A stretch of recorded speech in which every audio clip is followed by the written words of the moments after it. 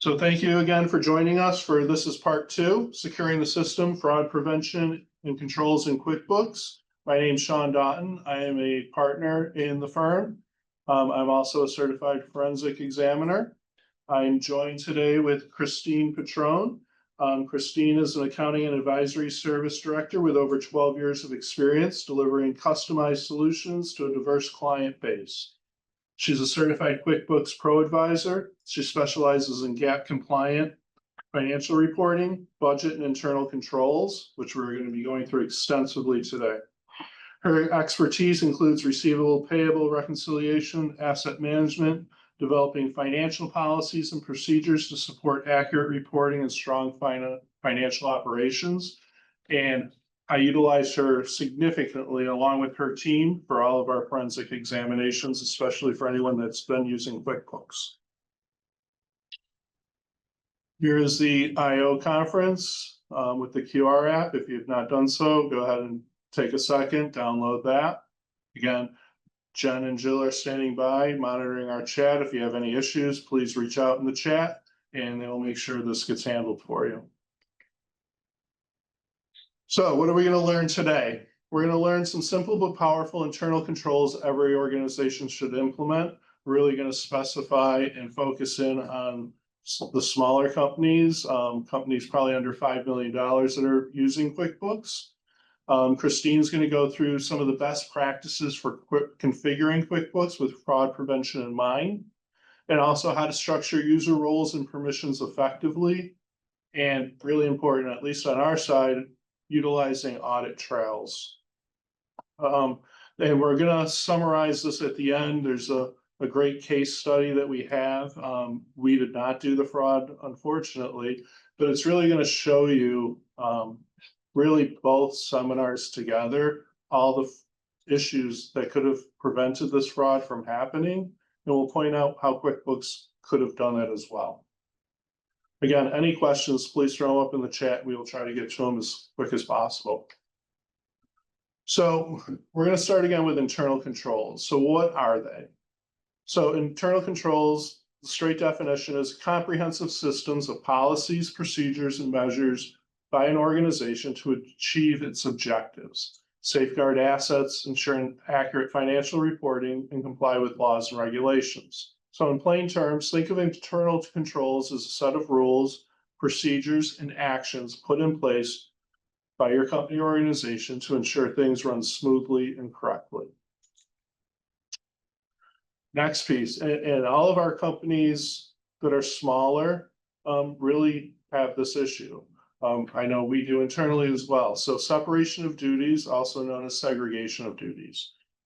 So it's an internal control principle where key tasks and responsibilities are divided among different individuals or departments to prevent fraud, errors, and abuse of authority. So continued, it ensures that no single person has control over all aspects of a critical process, thereby creating a system of checks and balances. And again, this principle is really crucial in fields like finance, where single point of control could lead to significant risk. And we're going to show this in real world examples that have happened, what happens. So what we're trying to accomplish today in our seminar is saying we get these companies are small, but we still need to put some kind of separation of duties in. We need to make sure the owners or executive directors are doing procedures that are still going to take a really small accounting department and be able to help mitigate fraud. You can never fully get rid of fraud, but you want to make sure if fraud happens, that it's the least amount of money as possible. So separation of duties enhances operation integrity, accountability, and transparency within an organization. Here's your first polling question. How often do you review your policies and procedures? Monthly, semi-annually, annually, or never?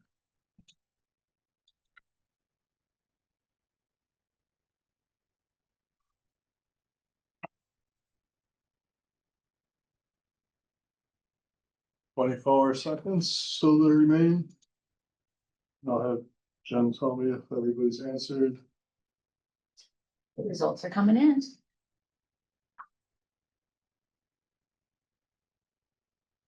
10 more seconds.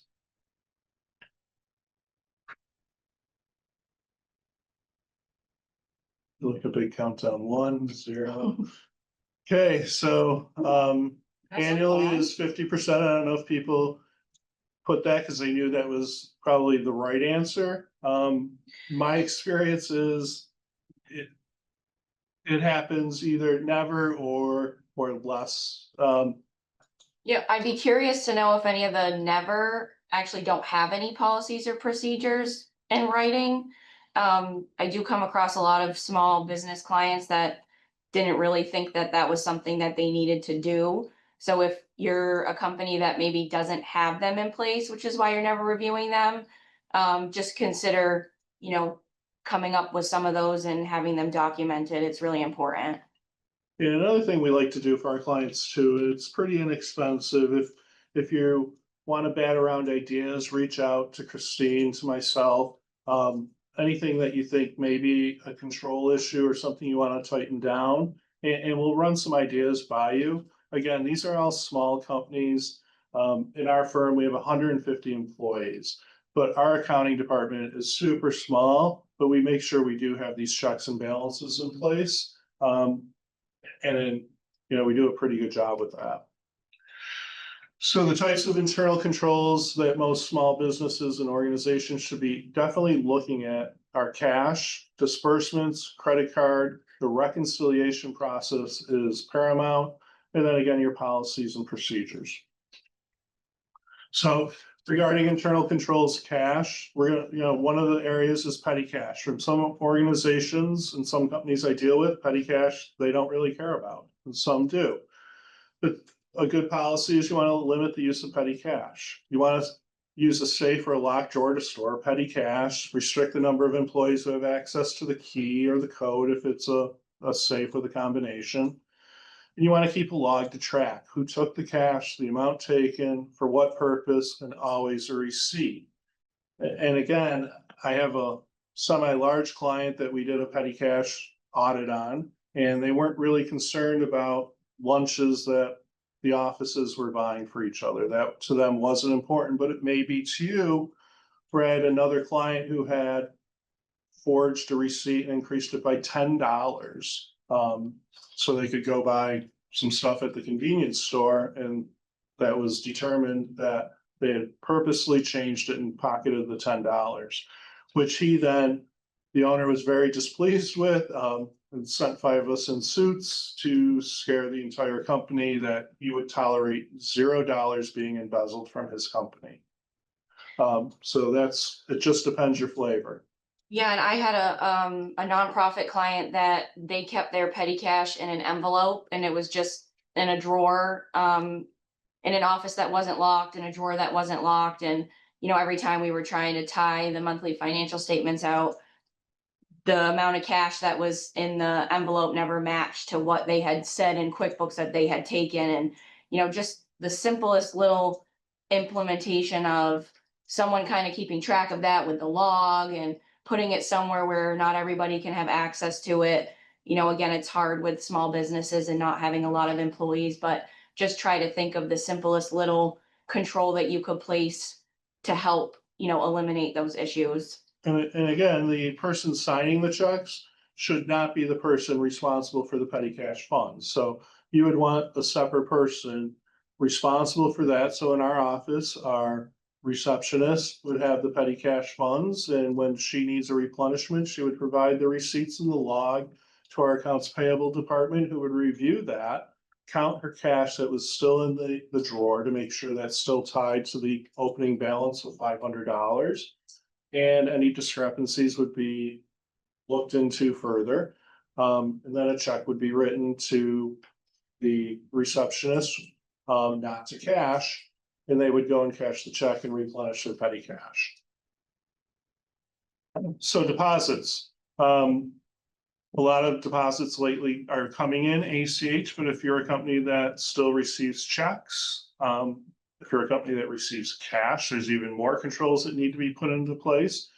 But you need to keep a safe or locked drawer to store checks and cash for deposit until the deposit's being prepared. It should be done immediately. You want to restrict the number of employees who have access so where the checks are stored. And again, you do not want to have the same person prepare the deposit and take it to the bank. Again, I'll give you an example. In our firm, our receptionist receives all the mail. She makes copies of any checks that come in and creates a log. That log is then sent to our billing department, our managing department, or to the billing department, our managing partner, and to our CFO, who will have all that. The checks are then handed to a separate person who has the deposit authority, who has the remote check capture. That's a great thing. If you don't have it for your company, you should look at doing that. And then that deposit from the remote capture or from the bank is then given to our billing department. A copy of the deposit sent again to the managing partner and to the CFO. So it's easy to track that everything that came in is accounted for. So again, the documentation you want to have the check images, and then if they send back a remittance advice, you'd want to have that as well. Yeah, and we do see a lot that, one person is receiving the mail, looking through for checks and cash, preparing the deposit, bringing it to the bank, and then they get back to the office and record it into QuickBooks. Just think about how that one person has so much control over all those different pieces of a deposit. They could be, doing things with those items and nobody would even know. So it is really important to have kind of like another set of eyes looking through that stuff. Correct. So, and we're going through all these different policies and procedures, and as Christine's going to show us soon how we can restrict an employee to maybe just the AR module, for example. But if they're making deposits as well, they have so much access to writing off a customer's receivable. Anything is possible. So we want to make sure we really, even on a small company scale, make sure cash is being secured. This is your main asset. And we want to make sure that we're doing everything we possibly can, given our staffing levels, to make sure that that's being done correctly. Disbursements, same thing, old school. Don't keep checks laying around on somebody's desk. Keep them in a locked file cabinet or in a safe. Require supporting documentation before a check's prepared. Do not allow the person preparing the checks to sign them. That's a huge no. Never do that. So any checks that are being signed should not be by the person preparing them. Another good internal control is 2 signatures. We'll talk a little bit about this in one more second here. And then you can also put limits on the size and needs of an organization. So for example, you can set anything over $1,000 requires 2 signatures, anything below only requires 1. I'm a big fan of 2 signature lines, and we'll talk about that for a second. So banks will cash a check with 1 signature. Just because your internal control procedures requires 2, that's just internal, that's not external. So keep that in mind. A few years ago at one of our fraud seminars, a really nice lady came up to me and started a small business, hired her friend who was a bookkeeper, implemented this 2 signature line, and she went off generating revenue, trying to build up her company, feeling really secure with her internal control of having 2 signatures. A couple of years later, and over $100,000 later as well, she discovered that the bookkeeper was writing checks for herself, signing them, and there was only 1 signature. She went to the bank thinking she had a great control in place and she could get the bank to reimburse her, to find out that that is not the case. Where I like 2 signatures, and it's a great procedure for controllers, CFOs, owners, is when your bank statements come in, and hopefully you're getting check images on the electronic statements usually, you can just scroll really fast through your check images and pick out any checks that only have 1 signature, or the signature that doesn't look like yours as the second signature. These take minutes to do. So from that procedure, it's good. Again, fraud could have happened already, but we're trying to minimize the amount that they could take from your company. I also just wanted to comment on, so for any of our nonprofit organizations and executive directors that are on today listening, obviously most executive directors have the authority to sign checks. If you are in an instance where you've paid for something personally and you need to be reimbursed, I highly recommend having someone on the board of directors or maybe your CFO, somebody else signing the check other than yourself. So I don't recommend reimbursing yourself, having the check written to yourself and you being the person that signs it. That happens. I was at a client on Monday. The main person, the only person who signs the checks, an expense reimbursement for a significant dollar amount. And the owners who are in another country, I had asked about their policy. Do you see the information prior to a check being cut to this person? And they said, no. I said, well, that has to change. We have to get a procedure in place that allows you to approve his check. You know, he's the only one who can sign in the US. So he's going to have to sign his own check. We would always frown upon that. But at least we want to have an email track that approves that disbursement before it happens. Next, ACH payments are becoming dramatic. So you want to make sure, again, required supporting documentation. Don't allow the person preparing the ACH to authorize the ACH. Again, I use our firm a lot as an example because it's the easiest, but our payables person has access to the bank. They go in, they set up the ACH to pay all of our employees their expenses, for example. They don't have approval authority, so it just sits pending in our bank account. And then the CFO or managing partner who do have authorization have to go in and approve that ACH. So it's a great way to do it. And a lot of your bank accounts should have that availability for you to set up the different users and what their rights are when they're in there doing transactions. So, if you don't already have that process set up, check out your bank and see if they have that option. And again, you do not want to miss the November 6th fraud seminar that we're putting on. We're having a local bank come in to talk about this as well. So if you have any concerns, because we are seeing still a ton of email phishing scams. I had a client, $1.2 million that got wired to, a fraudster. And they're going to collect hopefully maybe $500,000 of that back. But it happens quick. There's a lot of things you can do to make sure this doesn't happen. But one of the things we recommend is setting up procedures to use outside the organization. So again, if they get access to your email and they send Christine, hey, it's Sean, you need to wire $280,000 to this insurance company, we're buying a new company, this has to go immediately.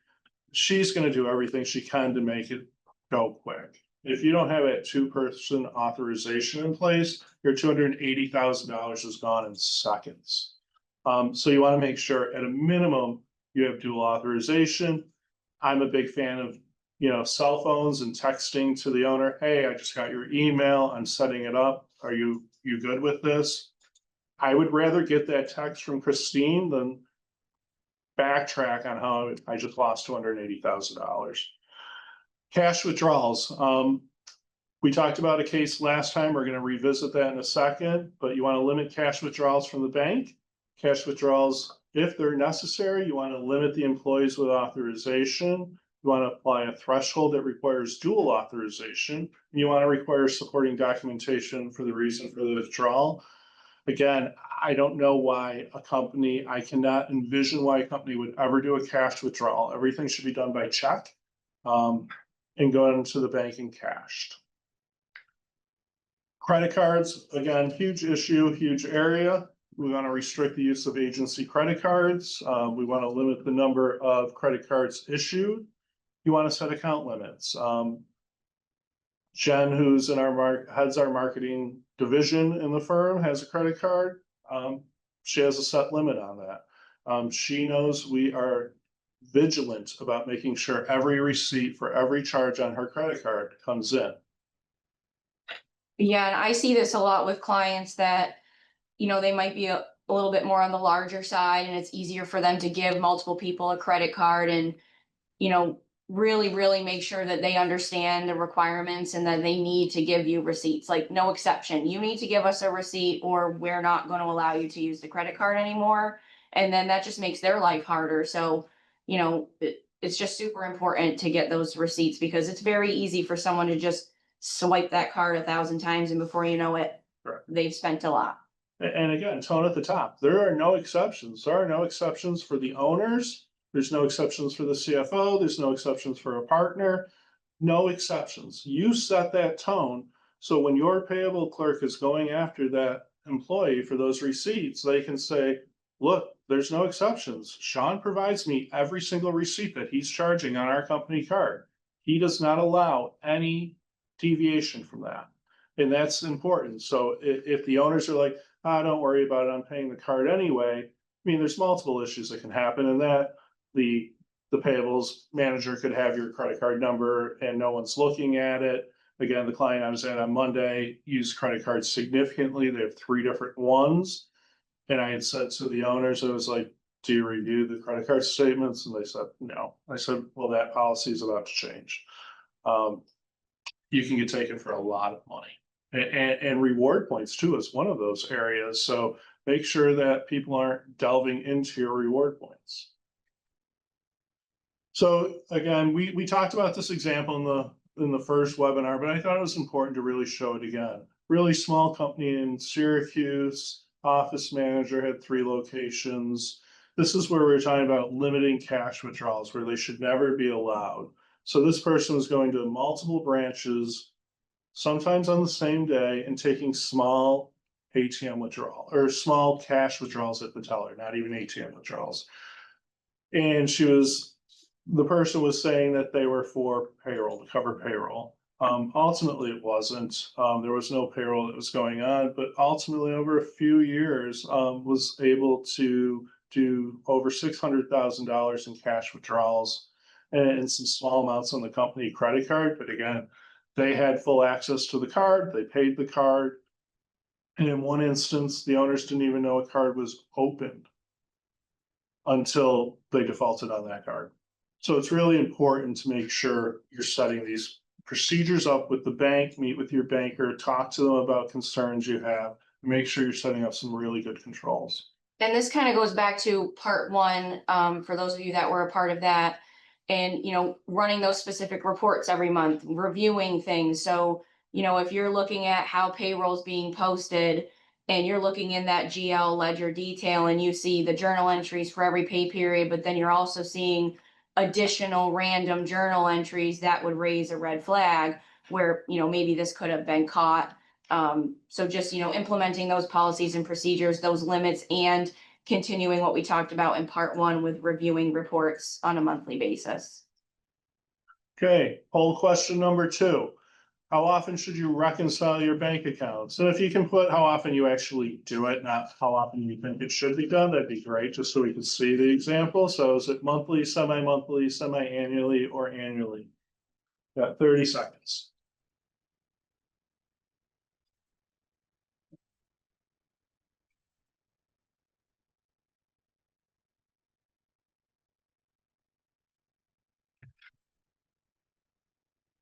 And hopefully whoever's reconciling your bank account isn't the person that's doing all of the data entry into QuickBooks.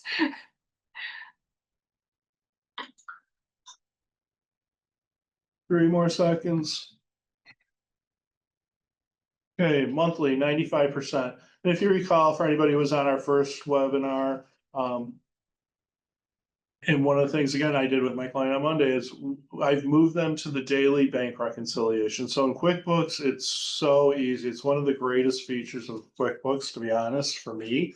You don't have a lot of transactions. They can pull up their bank account. If you have 20, 30 transactions for the previous day, you can go in and reconcile that. It's going to take your office manager, whoever's doing the reconciliation, 10 minutes a day. And you're not going to have that big issue at the end. Plus, it's keeping everything up to date. It's making sure all your receivables are posted properly, your disbursements are posted. Any ACHs, if you see a return check or return deposit coming back, you'll be able to trace into that a lot faster. So I cannot stress trying to get that procedure in place. And maybe you have to go to a weekly bank rec, something that's less than monthly is a better way to do it. So real quick, Reconcile banks and credit cards at a minimum monthly. You want to sign the reconciliations to an independent person, someone who's not doing the bank deposits, someone who doesn't record bills and payments, someone who's does not have check signing ability. And you want to review the outstanding checks and deposits for accuracy. You can also set it up so your bank is integrated with QuickBooks, which can save a lot of time as well for getting the transactions in there. And just reviewing the outstanding transactions at the end is really, really important. Because again, if someone is in there and they're posting, fictitious items, it should stand out to you that, oh, this check has been sitting here for, 3 months. Why didn't this person cash it?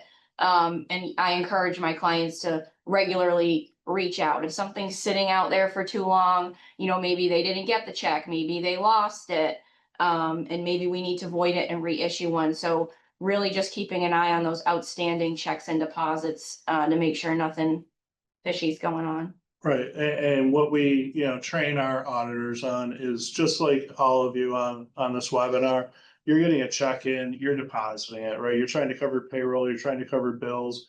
So the same's true for people you're sending checks to. So you should never see any outstanding checks of a significant time period. There's usually an issue with that. So internal control policy and procedures, you want to try to do fiscal policies and procedures in writing. You want to try to do it at least once a year. You should have them surrounding cash disbursements, expense reimbursements, journal entries, payroll, and investments. So now we're going to talk about how to prevent fraud in QuickBooks. Christine's going to take over and she's going to talk about user roles, closing the books, attaching documentation into QuickBooks, which is what I love, and utilizing the audit log. All right, so first we're going to talk about managing users and assigning the different roles. So for those of you that are familiar with the way QuickBooks looks, when you're on your home page, at the top right-hand corner, there's a little gear icon, and you're going to click on that. And then over to the left underneath your company, you're going to click on Manage Users. Once you're under the Manage Users screen, you're going to be able to add a user over to the right, the green button. And then a screen will pop up where you're going to put in their first name, their last name, their email. And then down below, there's a little drop down where you're going to be able to select their role. So we are going to go over the roles and the most common ones that I think that you guys would benefit from. But if you ever need to go back in QuickBooks, there's a little, if you look underneath Manage Users at the top left of this screen, you'll see Users that's underlined in green. And then the one next to it is Roles. And that'll allow you to also go back and look at the different roles and what they mean. Oh, we have another polling question. Which of the following is not a user role in QuickBooks Online? Primary admin, controller, bookkeeper, or accounts payable manager? It's okay if you don't know the answer because we're going to go over it, but with a little test to see how many people know what the user roles are. So you have 20 seconds.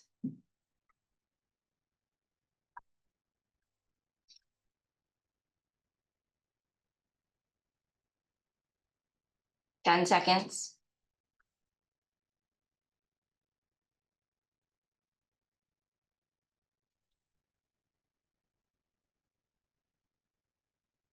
Okay, so the answer is controller. There's no user in QuickBooks with the word controller, but there is primary admin, bookkeeper, and accounts payable manager. I can hit next. Not be what I would have guessed. Okay, all right, so the first three roles we're going to go over is more of the administrative type roles. So the most important one is the primary admin. This role is granted all access to QuickBooks file. This role cannot be reassigned. So it can be reassigned, but like you can't just add a new user and give them the primary admin through the drop down. Only one user in QuickBooks can have the primary admin rights. And if you need to switch it to somebody, say the executive director is currently the primary admin and they're retiring and you're going to get a new one, the new person needs to be added as a company admin and then you can transfer the rights, but only one person in QuickBooks can be the primary admin, and they essentially have full control over that QuickBooks. It is essentially their QuickBooks. The next one is the company admin.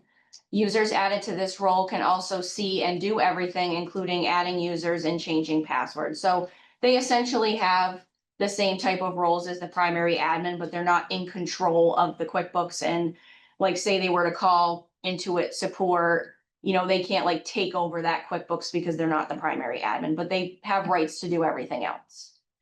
And then we have a standard all access. Users to this role are typically accountant users and have full access without admin privileges. So they can't like go in and change certain things about the company or where it's billed to or any of those types of like hardcore company items. They won't have access to change that.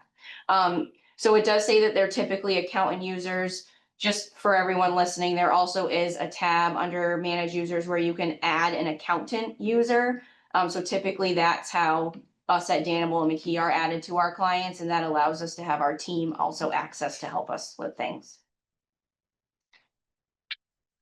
So the next set of roles is related to expenses. So we have a bill clerk. Users added to this role can add bills and mark bills as paid, but they cannot approve or pay the bills. So this is kind of an important piece of the internal control feature we're talking about. Setting up the different types of roles for each of your accounting clerks so that, one person can go enter the bill, another person could review it and approve it, but then the next person might be able to authorize it. Then we have a bill payer. So users with this role can view and pay bills and edit the vendor information, but they cannot add bills or complete any other actions with the bills. So in this scenario, the bill clerk would enter the bill and then the bill payer would view it and pay it. The bill approver, users with this role can only approve bills. They cannot pay or modify any bills. So this is kind of important because as you can see, they each have some piece of bill paying role capability where they can view the bills, enter the bills, but it's not one person that can do start to finish. One person can't enter the bill, authorize, approve, pay the bill. It's 3 different people. So there's your internal controls to make sure that, the bill that's getting paid is actually a true company bill and not something that's fake. And then we have an expense manager. Users added to this role can access all expense transactions, vendors, products and services, sales tax, and currency. So they're not really somebody who could go in and enter a bill, pay a bill, authorize a bill, but they have access to see all different types of expenses that are recorded into QuickBooks. Now we're on to accounts payable manager. Users added to this role can see and do everything with expenses, bills, vendors, and accounts payable reports. The accounts receivable manager, users added to this role can see and do everything with sales, customers, invoices, and AR reports. So just a quick example, if you have someone that's entered as an accounts payable manager, they will not be able to see customers, invoices, and AR information, and vice versa. An accounts receivable manager wouldn't see anything that's related to bills and paying the bills. We have an in-house accountant. Users added to this role can access all reports, bookkeeping, and accounting tools, but they have no access to payroll and cannot manage users. And then we have a bookkeeper role. Users added to this role can access all bookkeeping transactions and tools. There is no access to financial reports, payroll, time, or budgets. So this could be a really cool one for everyone to use if you have, just someone who's in there to manage your bookkeeping and looking at the bookkeeping transactions, maybe entering some certain things, but you don't want them to be able to run a balance sheet or a profit and loss report or, see what other employees are making within the business, budgets and stuff like that. So this is probably one of the more popular user roles for small businesses that have a bookkeeper. I was gonna say with small companies that have 2 people in accounting, maybe that's a great user. Again, you want to restrict them from making deposits, you want to restrict them from signing checks. That'll help safeguard some of your cash as well with a small accounting department.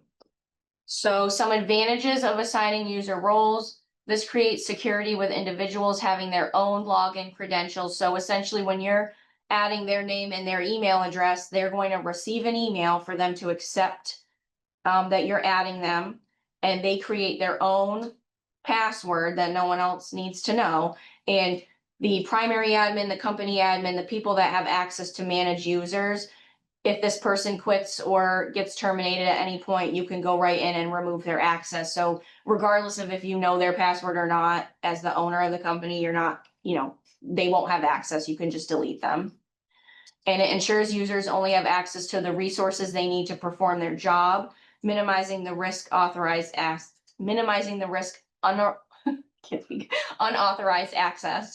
And we're going to talk about this more, but user activity is traceable. So really important, do not share logins with anybody. Don't let Sean and I use the same login. Don't ever share your login credentials so that someone else can use yours. There should be no need for that. And by having them with all their own users, you can see what each person is doing when they did it and stuff like that, which we'll get into in a couple minutes.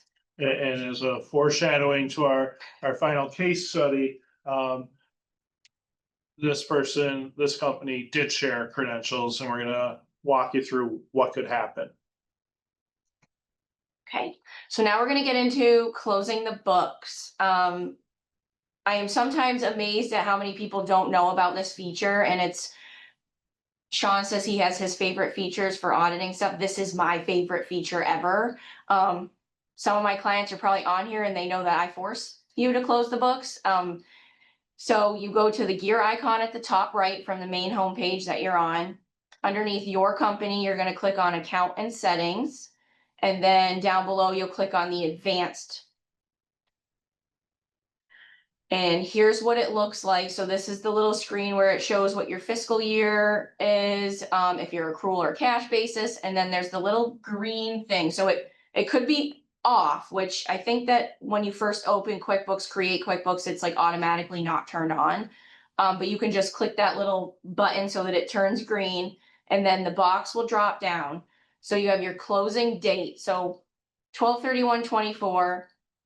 It allows changes after viewing a warning and entering a password. Now that dropdown also gives you the option to just give you a warning and not have to enter a password. I don't recommend using that one. I recommend always doing the password.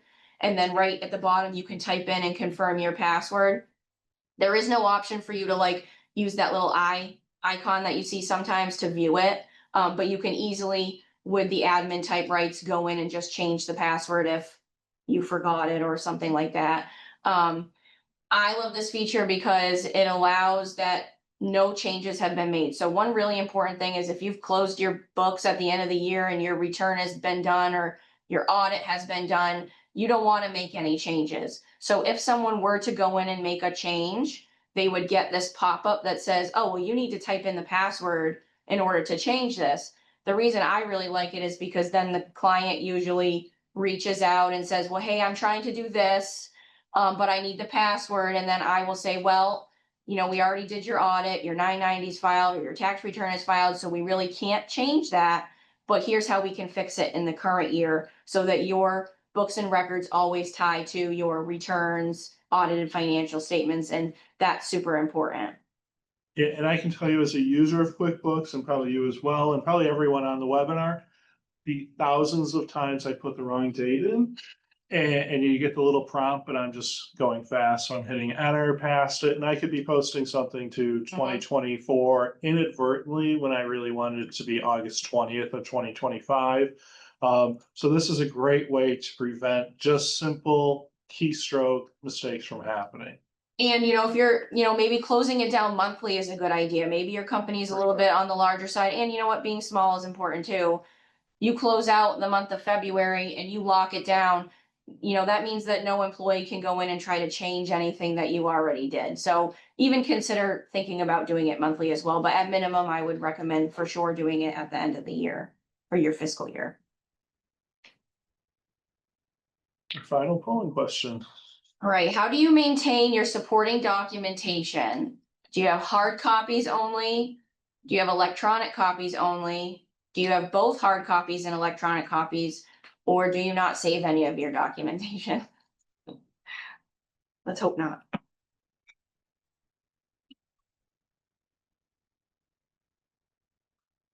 All right, you got 20 seconds left.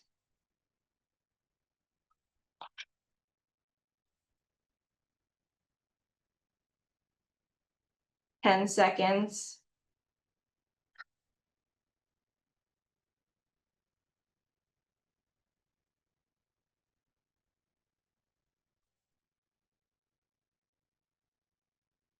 Nice. Okay, so 70% of you save hard copies and electronic copies.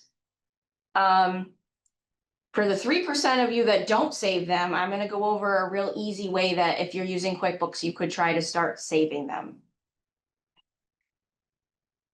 All right, so one awesome tool of QuickBooks is that it allows you to attach the documentation to any of your transactions. And there's two ways that you could do it. So if some of you have your banking module, so your bank account is linked directly to QuickBooks, it's downloading those transactions for you and you're reviewing them and posting them, you can do it right from the banking module. So when you've clicked on one of the transactions, it brings a little drop down for you to see, more detailed information. And you can click this add attachment. So that'll essentially like open up the file of your computer. You can search to wherever you saved the PDF document or Excel, it saves both. And then you click on it and hit open and it'll attach it right to that transaction in QuickBooks. The second way you can do it is if you just have the actual transaction open. So let's say you entered it through the banking module, you forgot to attach something, or maybe you didn't have the documentation ready at that moment. You can go back to the actual transaction, open it up. You can click add the attachment and it'll do the same process where it opens up your file folder and you can search for it. Or you can literally just drag and drop. So say it's on your desktop or in a folder, you can just click it, drag it, drop it into that box and it saves it there. So again, you can do any type of an Excel, a PDF, a photo, it saves everything. And then it's in there. So when maybe you have a bookkeeper that's entering stuff or the bill clerk is entering things and then you want to go in and review it, you can open up that attachment, see the invoice of the bill that they're entering. It gives you all that detail. I absolutely love this feature. It's also really helpful. Oh, we'll go over the reasons why it's great, but it's just helpful for saving your documentation and you're going to need it for other different times than just reviewing a bill. So advantages of attaching the documents: provides a clear and verifiable picture of the transactions, demonstrates the legitimacy of the financial entries, ensures the organization's relevant documents are organized and readily accessible, and simplifies the audit process. And the last one we're going to go over is utilizing the audit log. So Sean and I both really love this feature and I encourage all of you to try to take a look at it when you have some time. You can filter it by user. So automatically when you go to the report, it just does everybody. But if you want to track a specific person or just see what one person was doing, you can filter it by a person. You can filter it by any type of period. So just today, you could do yesterday, you could do a week, you could do an entire quarter. You can customize it to do a specific date range if you're trying to look for something specific.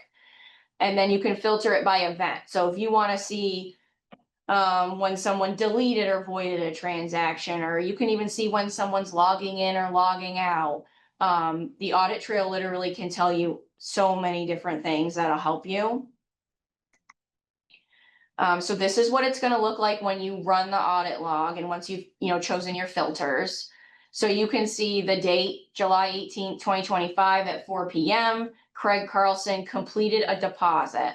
And hopefully you can see that word deposit is in blue. So you're able to click on that word deposit and it'll bring you to the deposit that Craig did. And then you can view it. And then you could view any attachments that he might have put in and all the information on that. And then if you hit the view button over to the right, that's going to bring you to a little like drop down area where you can see each transaction that happened. So you can see on August 8th, 2025 at 1:48 p.m. this transaction was edited by Chelsea. And over to the right, you can see that what she did was she changed it from fundraising expenses to program expense supplies. So the original transaction is there and it's crossed out because she changed it from one to the other. And then what she changed it to is in green. Ignore the indirect edit by Christine. It's because she's a team member of mine, so it just QuickBooks automatically does that. So when you're logging in and seeing this, you'll just see your employee, and each time they edited a specific transaction, the date, the time, when they did it, what they did. You can see what it was previously done and what they changed it to. So I encourage you to use the audit log. I think it'll be really helpful, especially if you're seeing discrepancies in anything and you want to know why. Yeah, good internal control procedure too for an executive director or an owner is print one of these transaction histories, and it has to be nothing meaningful to you, but ask the person, hey, you edited this transaction and you switched it. Can you, provide me the information to support it? Again, you may not even care, but now they're aware that you're looking at these transactions. If all we're trying to do is deter fraud as much as possible. So now people are going to be very less, skeptical about committing fraud if they know people are looking at things. Okay, so some advantages of using the audit log. It detects and prevents fraud. Reviewing the audit log helps identify unusual or suspicious activities that may indicate fraudulent behavior. It improves accountability. The audit log allows team members to see who made changes, ensuring accountability and compliance with procedures. It ensures data accuracy. By tracking all changes, the audit log helps confirm the accuracy of financial data and prevents human error. It resolves issues quickly. The audit log allows for quick tracing of users' actions, helping to identify the source of problems and resolving them efficiently. That's one of the huge reasons why I use it a lot. If something doesn't look right, I can be like, oh, well, who did what and when, so I can figure out what's going on. And it maintains transparency. The audit log provides transparency into user activities, enhancing accountability and trust within the organization. And like Sean said, if they know that you're looking at these things, hopefully that right there eliminates them doing anything fraudulent. And now we're going to get into Sean's example. Okay, my favorite part. So this is really hopefully going to summarize for you what can happen. I get it's an extreme example, but this is really from a large company that had a really small division, no different from your business or mine. So the fraud lasted for 4 years and 3 months. We know these typically go on for a while. This person was convicted to 97 months in federal prison. He actually only served 66 months of that time, so 5.5 years for an $8 million embezzlement. So he started with his wife became pregnant. He had an annual salary of about $80,000 a year. And he had huge financial pressures, and he was not starting to be able to cover his monthly bills of his student loans, mortgage, credit cards. And with the new baby coming along the way, he started feeling that pressure. If you recall from session 1, the fraud triangle, right? Pressure was definitely at the top. He needed to have opportunity and rationalization. That's all part of that triangle. So we have the pressure. Now we need to get the opportunity. He worked for a very large company, as I said. However, his division only had a controller, an assistant controller. He was the accounting manager, and then he had 3 employees under him. Due to the small size of his department, the employees would often share login and passwords. And it was just explained as a simple workaround when people were sick or on vacation. Well, I need Christine's login because she's going to be gone for a week and I still have to process these invoices, for example, right? That's wrong thing to do. Tone at the top. It's never allowed to share logins and passwords ever. I cannot stress that enough. It takes away the separation of duties. Why? You might as well just give everybody access to everything in your general ledger system if you're going to do that. Otherwise, why create, employee roles? They also determined that they had switched their accounting systems, and not knowingly, but IT had given him and another employee approval for checks and ACHs up to $250,000. They discovered this completely by accident one day. So he started to think, if I could just get my debt paid off, I'd be doing okay, and then I could just stop, right? So there's, again, on the fraud triangle, you have the pressure, the financial need, the opportunity. He now can approve disbursements up to $250,000. And now the rationalization, well, I'm only gonna do it to take the money that I need, just to get my debt paid off. I'm gonna have a new baby, life's gonna be okay. So he decided to do just that. He started very small with only a payment to his credit card company for $1,100. So what did he do? He went onto his coworker's computer on a Friday evening. He requested the check to Universal, a company they did business frequently with, but also had the same name as his credit card company. He went into his computer after that and he approved the check and emailed it to his credit card company. Found out the payment was applied with no problem. However, like most people, the guilt started to sink in. He thought, I'm gonna go to jail for $1,100. My picture's gonna be all over the newspaper. This is, what did I do? So apparently the guilt didn't last too long for him though, because 2 weeks later, he decided to try it again for $1,800 and it worked. Nobody questioned him. Life went on. So he started to take his bills, his student loans, his car payments, and consolidate them up onto his Universal credit card. However, having paid off almost all of his debt, he wrote a check for $4,500. It was never applied to his statement, and he started to get worried and freaked out, as you would expect most people would who are put themselves in this position. What happened though is he forgot to write the credit card number on the check, and it was returned to their office in Atlanta. And the person in Atlanta didn't look any further into it, just wanted to clear their desk, didn't want to be bothered with it, and just said, oh, I don't know what's going on with it either. I'm going to send it back to the person who signed the check. And that's what they did. Through an inter-office envelope, they sent him back the check. However, this panic made him stop immediately with check fraud. So that's when he had stopped, paid off all of his debt. And if he had stopped there, he probably would have gotten away with it. But thankfully, like most fraudsters, they don't. So he waited a year. It was beginning of winter, cold and gloomy. And he decided, instead of writing checks, I'm going to go out and I'm going to create a real company, got a real tax ID number.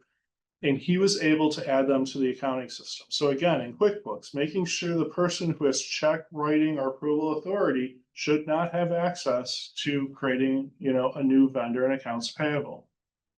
He started what he considered small. He requested a check for $27,000. He went onto his coworker's computer, as he always had done, posted the payable, went back to his computer and approved the payment. However, in that last year, since he had done the checks, the company did put in a new internal control procedure. So all the checks that were set to be paid and were approved were printed at a different building, which happened to be right next door. They had a different employee who would get the checks and mail them out directly. It's really a great internal control procedure. However, internal controls are only as good as the procedures you put in place, because when this other person was off for the day or called in sick, the accounting manager who approved the checks, it was his responsibility to go collect the checks and mail them out. Well, guess what happens? He was able to figure out when the other employee would have the day off or was on vacation. So he would go in the night before, request the check, approve it, it would get printed. He would collect the checks the next day, take that check out of the run to be mailed, and he would go deposit that into his own account. So this went on for 3 more years. First year, he embezzled $1 million. Year 2, $2 million. Year 3, $4 million. In the year that he was caught, another $1 million. Over $8 million was stolen from a simple approval process that was not caught.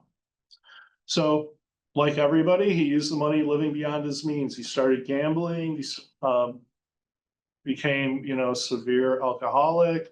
And the stress ultimately took a toll on his marriage. He divorced during year 3 of the fraud. So his now ex-wife had been friends with his boss and other coworkers over all the years. She ended up having lunch with him one day and was just saying to this gentleman off the cuff that she just found it weird that her ex-husband could have been so lucky at gambling that, he was making all of this money, which then put a bug into the boss's head and said, let me go look into some stuff. So he went and he ran an audit trail report, just like Christine had shown us in QuickBooks, and filtered by all the checks that he had approved. He then called him into his office and asked for supporting backup because he saw all the significant checks made out to that company. The guy knew he was caught at that point. So really, in conclusion, the case is a good reminder of the importance of the controls related to your ERP system, right? All the controls in QuickBooks, if you're going to share passwords, it does nothing. Give everybody full access at that point. So you want to make sure that you're limiting the roles. You want to make sure that you think about anything that someone could do to your organization that could, embezzle funds or take receivables or siphon cash. What can we do to fix that? And each company is going to be slightly different, but these are things you want to constantly think about. So making sure passwords are changed. A thing we've implemented in our firm is we have duo authorization. So every time you try to log into our system, you have to use a password, and then you get a text message right to your phone that you have to approve on your phone. It takes seconds. But Christine could never, even if she knew my password, get into the system because I'm going to get a message on my phone. She's not going to get it. This would have prevented it. All the signs were there for them to have averted this $8 million fraud years and years ago. And the controls just were not ever put in place. So keep those in mind. People who want to steal money are going to do everything they can to think of ways around all the systems you put in place. That's why it's a good idea to review your internal controls at least once a year, if not more.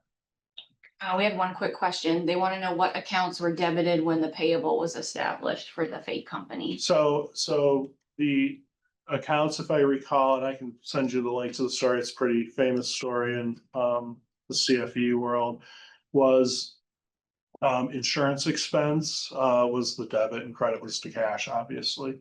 So that's how he was doing it. And Universal initially was an insurance company as well, and it happened to be their largest expenditure. It was an insurance company.